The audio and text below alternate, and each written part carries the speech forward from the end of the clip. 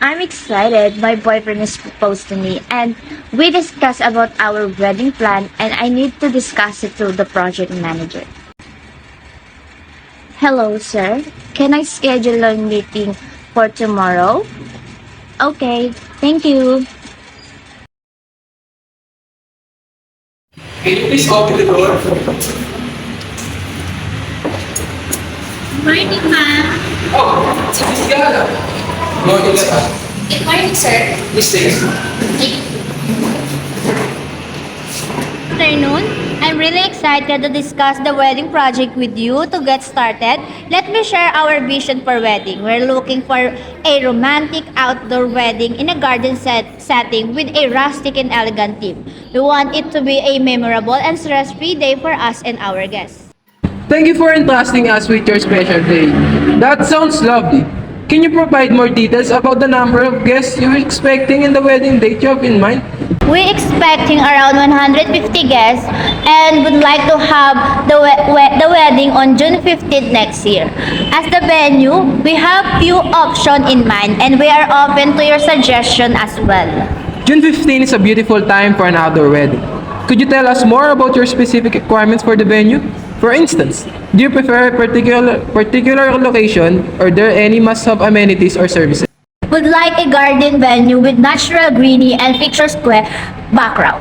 For our ceremony, it's important us that it is easily accessible for our guests. We'll need catering services, seating arrangement, and decoration to match the rustic and elegant theme. Noted.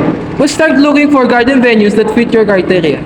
In terms of catering, are there any specific cuisines or dietary preferences we should consider? We like to offer a combination of local and international cuisine. It is essential that we have vegetarian and vegan option for our guests.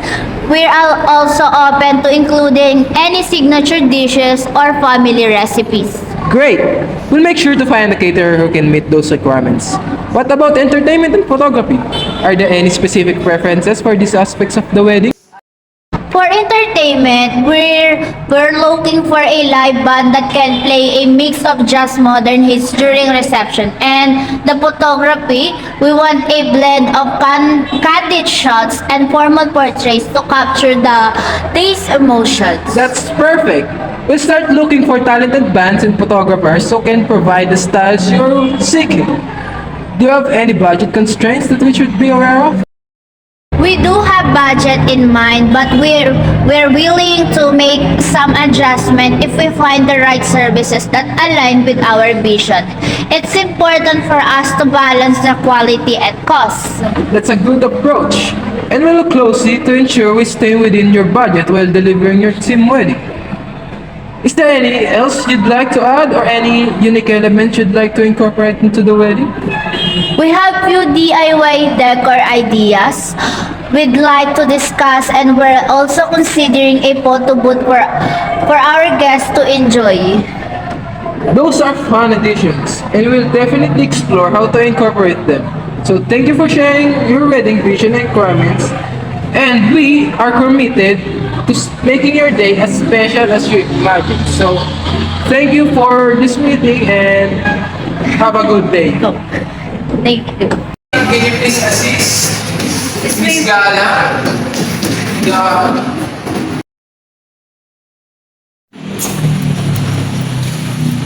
Good afternoon, team. Visit us. Thank you for this meeting. Team, as we embark on planning this wedding project, it's crucial that we fully understand the client's requirements and vision. I've gathered their specific needs and preferences, and I will assign tasks accordingly. Let's go through the client's requirements and the roles each of you will play. To begin with, the clients have envisioned a romantic outdoor wedding with a rustic and elegant theme. The key requirements include a garden setting for the ceremony and reception, featuring natural greenery and picturesque backdrops, so they expect a seamless, stress-free event for themselves and their guests. The clients are expecting 150 guests local international cuisine and have vegetarian or vegan food, entertainment, live band, jazz, and modern and best photographer of candid shots. To achieve this vision, I will assign this task as follows. Events coordinator. Your role will be to secure the wedding venue. This includes identifying potential garden venues, negotiating rental terms, and handling all necessary paperwork, such as permit and contracts. Your primary focus is to ensure the chosen venue aligns with the client's vision. I'm ready to take this task and secure the venue of the client. The next is Mr. Finance Manager. You'll be responsible for budget planning. We'll create a comprehensive budget that covers all expenses related to the wedding. From vendors, contracts, to decor and catering costs, the clients have a maximum budget in mind. And your role is to ensure we stay within the budget while delivering on their vision. I'll work closely with the clients to ensure the budget meets their expectations and financial constraints. That's great! So, the third one is vendor coordinator. Your task is to book vendors, including catering, photography, and entertainment. You will be responsible for identifying, shortlisting, and negotiating with vendors to secure the best services within the allocated budget. This will require close coordination with the clients to align vendor selections with their vision. I'm excited to work on this and find the best vendors to make their day special. That's good to hear. The next one is the design team. You'll work on creating the wedding invitations and decor. The invitation should reflect the rustic and elegant theme, and decor items should be in line with this theme as well. Close collaboration with the clients to capture their preference is essential. Make sure the design and decor align with the theme and meet their clients' expectations. That's great! So the last team is the coordination team. Your role is to manage last minute details and ensure coordination on the wedding day. This includes rehearsals, checklists, and coordination with vendors. Your primary responsibility is to handle any last minute challenges and ensure everything runs smoothly on the big day. We'll be ready to handle the final stages and ensure a stress-free experience for the clients. That's great! Each of your roles is pivotal to the success of this wedding project. Clear communication and collaboration is a must. And I'm confident that we'll deliver an event that meets the client's expectation and creates beautiful memories. Please reach out to me if you have any questions or need further clarification as we move forward. So, if not, that's all. Thank you for this meeting and goodbye.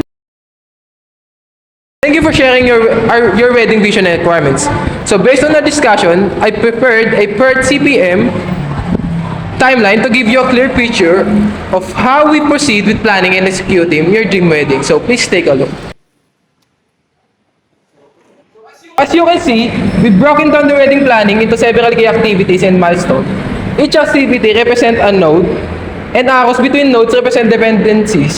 So here's a breakdown of the timeline. Number 1 is securing the venue. So, start by securing the venue within the next 2 weeks, considering its availability and negotiations. So the budget planning, after that, we'll dedicate 1 week to create a detailed budget to align with your expectations. The next is the vendor booking, which takes 4 weeks to ensure, including book vendors, including catering, photography, and entertainment. To ensure we get the best services within your budget. Number 4, invitation and decor. We'll work on designing invitations and decor concurrently, which will take around 3 weeks. So the last one is the last minute details and coordination.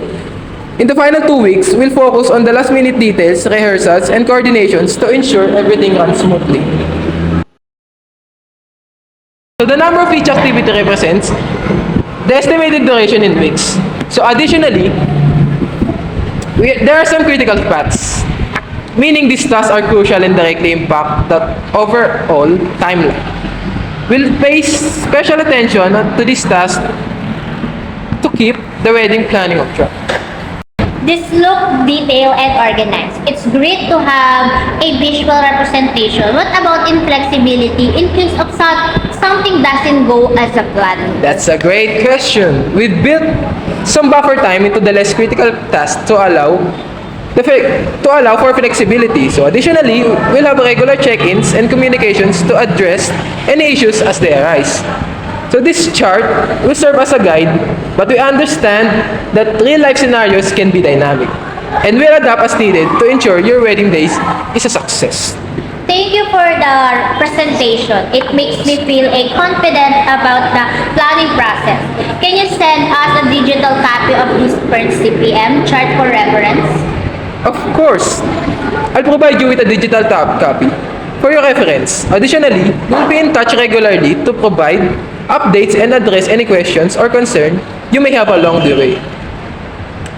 Your wedding is important to us, and we're committed to making it a memorable and stress-free event.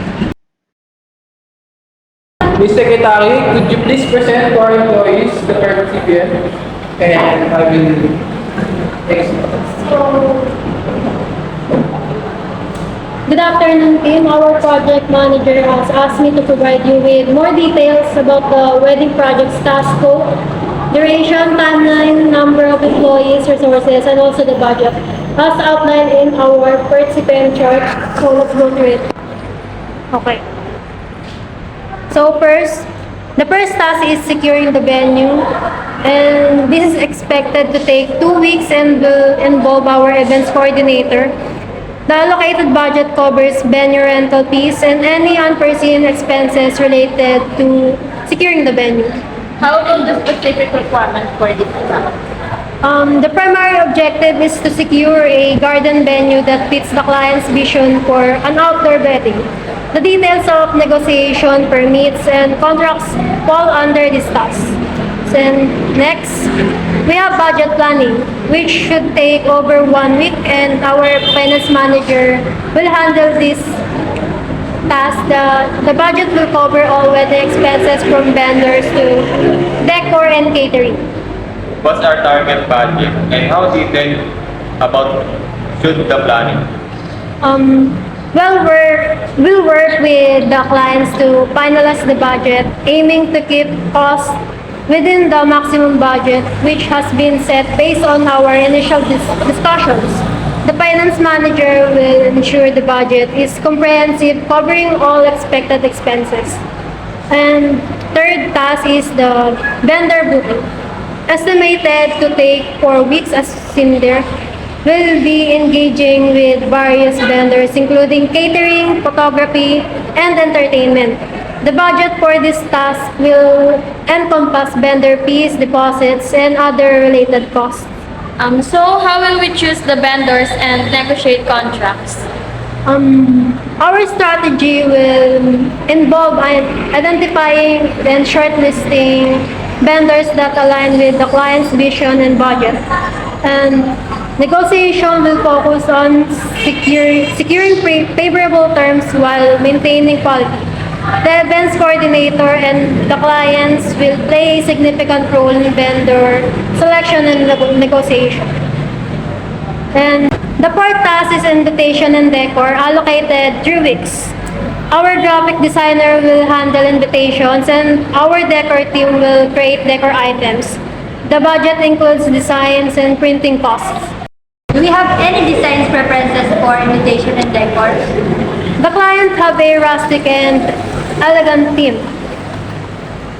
When we'll work closely with them to ensure the designs reflects their preference and vision. Lastly, last-minute details and coordination is expected to take 2 weeks. Yes, 2 weeks. Our coordination team will oversee this task, which covers the last-minute expenses, contingency, and coordination fees. What challenges should we prepare for in the final stages? Challenges could include unexpected weather changes or last-minute vendor availability issues. We'll conduct checklists and rehearsal to minimize issues, and we'll closely monitor the critical path like vendor booking and venue securing. So in summary, our goal is to meet the client's vision within approved budget and timeline. Clear communication and collaboration are vital, and will remain flexible and adaptive to address any changes that may arise. If you have any further question or concern, please don't hesitate to reach out to the project manager or me. Thank you for your attention. That's all. Thank you. As the wedding is just a few months old, I want to commend our team for their hard work and dedication in making this event a reality. Our true planning and execution are essential to ensure the wedding is a memorable and stress-free occasion. So let's have a quick check-in to make sure everything is on track. So, events coordinator, please provide an update on the venue. Is it secured? And are there any last-minute details that need attention? So the venue has been secured. We've handled all the necessary paperwork and permits. We're now finalizing the details for the setup and coordinating with the venue staff to ensure a smooth event. That's great news. So, finance manager, are we still within the budget? And do we have any financial concerns? We've managed our expenses well and are well within the budget. We've also accounted for potential contingencies. Our collaboration with the clients has been successful in keeping costs in check. Wonderful! Vendor coordinator, how are vendor negotiations progressing? Are all contracts finalized and confirmed? Vendor negotiations have gone smoothly, and all contracts have been signed and confirmed. We're in constant communication with vendors to make sure everything aligns with the client's vision. Excellent! Graphic design and decor team, how about you? Are the invitations and decor on track in reflecting the rustic and elegant theme as planned? The invitations have been designed, printed, and are ready to go. The decor team has crafted the decor items, and we're ensuring the rustic and elegant theme is beautifully incorporated. Outstanding coordination! Outstanding coordination team, how are we preparing for the final stages of the wedding plan, including the rehearsals and last-minute details? We're meticulously going through checklists and coordinating with all the vendors to ensure everyone is on the same page.